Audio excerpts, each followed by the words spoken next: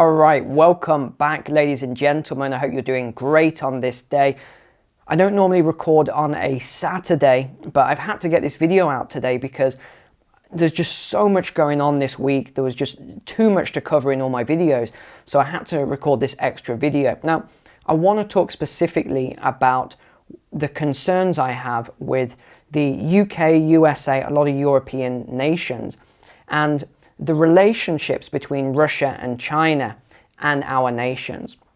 And really what I'm seeing is a lot of antagonizing at the moment. So I'm seeing this mainly from one person who I keep mentioning, this lady, Liz Truss, in the UK, politician, deliberately causing a lot of problems at the moment. I'm going to show you some of the articles and what she's saying. And I've mentioned this politician before, and it's funny because I saw a debate maybe about a year ago now, a little bit longer, and it was about debating why a woman should be a defense secretary and things like this, because men are too aggressive and they cause wars and things. Well, wait until you see some of these articles and see what this lady, Liz, is doing and saying, and the rhetoric and just how angry she is making Russia and China towards the United Kingdom. But it's not just the United Kingdom, some of the other nations as well. Again, this is all escalating now, and this is why Russia is threatening to start dropping bombs or whatever they are saying specifically on the UK, on military facilities in the UK. But let's go to the shared screen. Let's look at some of these articles because I think they are quite disturbing. So here she is then, Liz Truss. I mean, who takes a photo like that and, you know, puts their chin up like this? I mean, who does that anyway? Someone with a very sort of hubris about them, a very high level of, overly self-confidence, I would say. But this is, I'm not going to go through this article because I want to focus a lot on this one. Why the West should supply or provide warplanes, says Liz Truss. So she is the Foreign Secretary, and she's saying that the West must be prepared. I don't like that word, must, for a start, for the long haul and double down on our support. What do you think she means by double down? Does she mean double down on support? No, she means go to war basically. Supply heavy armaments such as aeroplanes and tanks. So she's talking about fighter jets and all sorts of other things if you look into some of the language more specifically. And she's saying the West cannot be complacent. I think she's the one being complacent, not the current policies. So this is what she wants to send: heavy weapons, tanks, aeroplanes, digging deep into our inventories, ramping up production. We need to do all of this. She also wants to boost UK defence spending. This speech comes just days after Polish Prime Minister confirmed the country had sent tanks to Ukraine. Germany has also pledged to send about 50 anti-aircraft tanks. Well, look what's just happened to Poland and Bulgaria. They have had their gas supplies cut off by Russia now. So there's always consequences. And the other thing I find pretty shocking, well, I'm not shocked, and neither are you probably, is that there's never any money for schools. If you've got kids, you know this, or grandkids, there's never any money for schools. It's cut the funding all the time. No money for healthcare. What about veterans? Veterans who have served their country out on the streets. You know, there's more homeless veterans in the United Kingdom than any other type of person. What happens to those people? Where's the support for those people? What about the people who are on these waiting lists for long periods of time? And then we have illegal, okay, I'm going to use the word, not just normal asylum seekers and other people, because that's a different category. An asylum seeker is different from an illegal immigrant, okay? So we have these illegal immigrants coming in and going into housing when you have veterans who can't get into that housing. You know, it's a broken system now, and she wants to increase the budget for the military. Now, if you increase the budget for the military, what do you think that means for other areas? There isn't just an unlimited pot of money. It means other sectors are going to have to reduce. Let's go on to the next article then. And I just want to bring your attention back to this, which I covered a while back. I think it was February now. This is the lady who wanted British men, especially with military experience, to go over and fight for Ukraine against Russia. And now what are we seeing? We're seeing British military veterans being killed in Ukraine. So there's a couple of stories around this now. This is breaking news, actually. It just came out 10 minutes ago. 2 British volunteers have been captured by Russian forces.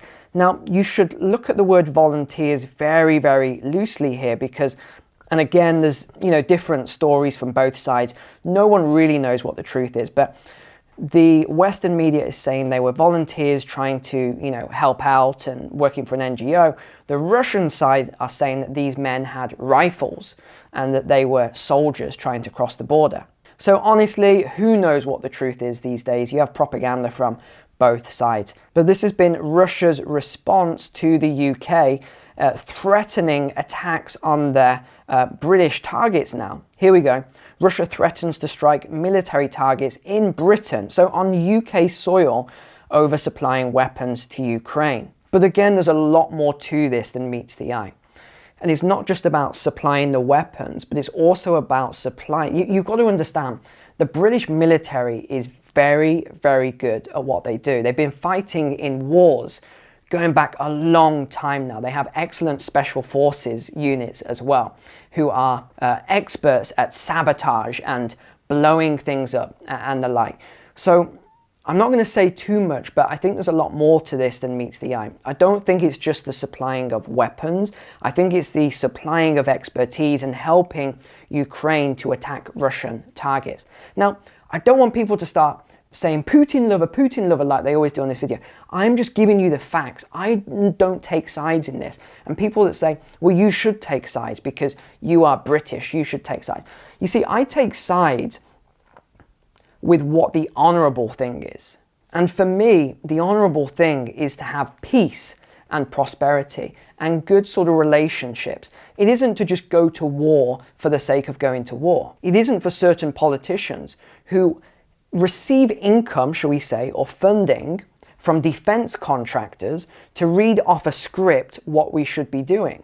And I'll let you read into that and do your research on that. Because these people don't care. You need to understand this. They don't care if your children, your sons, your daughters, your grandchildren, your brothers, your sister, whoever, they don't care if they go to war and get killed. It doesn't affect them. Their children won't be going, trust me. Their children will not be on the front lines. They stand to gain a lot of profit from war, as do all these defense contractors. So when you see politicians being in favor of, okay, let's send troops on the ground, Western troops on the ground, into Russia and into Ukraine, and let's fight and all this, there's usually an ulterior motive, because only a moron would want us to go into a full-blown war with Russia. I mean, it's ridiculous, because what would then happen is China, Iran, all of the other nations would get involved and you would end up into World War III. It's pretty obvious what would happen. Next, we have this article about the defense chief saying in war, Ukraine needs to strike into its opponent's depth to attack its logistics lines, its fuel supplies, its ammunition depots, and that's part of it. I mean, just look at this guy. He does not look like the sort of man that wants peace to me. I don't know what you think. Drop a comment below. It is completely legitimate for Ukraine to be targeting Russia's depth in order to disrupt the logistics that, if they weren't disrupted, would directly contribute to death and carnage on Ukrainian soil. Now look, I agree that I don't like to see death and destruction in any nation, whether it's Russia, it's Ukraine, or whether it's the UK or US, it doesn't matter where it is. I much prefer de-escalation and peace, as do most people. But once the propaganda gets going, people very quickly go towards, oh, we need a war, we need to fight, and all this sort of nonsense. So again, we've just had this next article come out. Russia warns Britain for provoking Ukraine. Russia warned Britain on Tuesday that if it continued to provoke Ukraine to strike targets in Russia, then there would be an immediate proportional response. And I just want to come on to another point here, which is, again, propaganda in the media saying we're not doing anything wrong. Britain's not doing anything wrong by telling, Ukraine how to target Russian facilities and how to blow things up and how to, giving you the weapon. Of course. I mean, this is ridiculous. Let me give you an example so you understand this. Let's say that you live at number 6. That's your house. You live at number 6. But you've got an argument with number 8. This guy at number 8. And you two are arguing, right? You might be fighting or whatever you're doing. Well, there's a guy at number 10 And he comes over and he tells the guy at number 8, here's loads of petrol, here's a match. What you want to do is you want to burn that house down. And you know, this is how you do it here. And then the guy comes and then he goes, here's the match, you do it. And then this guy burns the house down. Obviously, you can't then say, oh, well, I was nothing to do with it. You know, yes, I gave the weapons and told him what to do and gave the match, but it was him. It was nothing to do with me. Of course, you know, the person in the house, let's say you're at number 6, like I said, of course you're going to go after both of them.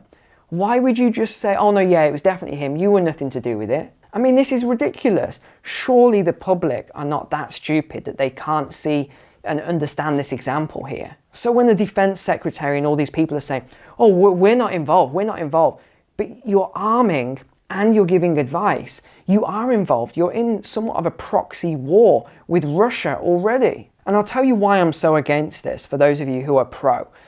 The reason I'm so against this is because I remember Iraq. I went to Iraq, okay? There's my military stuff there, my army stuff. I went to Iraq, I went to Afghanistan, and it was supposed to be, oh, weapons of mass destruction, nuclear weapons, he's gonna, you know, Saddam's gonna blow everyone up and all this sort of stuff.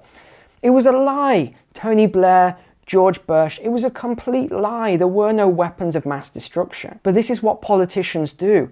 They want to pull the public and everyone into a war that they're never going to fight, but they'll profit from. So don't get fooled by all of this propaganda about war and we need war with Russia and all this other stuff. And then let's move on to this article then. Truss tells China, here we go, its rise depends on playing by the rules. Why is she saying anything to China? You know, first and foremost, why is she even permitted to make these comments about China and to antagonize China?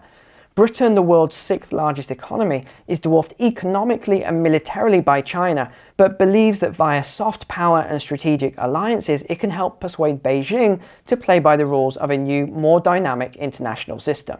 Let me just tell you, it can't. China's economic and military rise over the past 40 years is considered to be one of the most significant geopolitical events of recent times, alongside the 1991 fall of the Soviet Union, which ended the Cold War.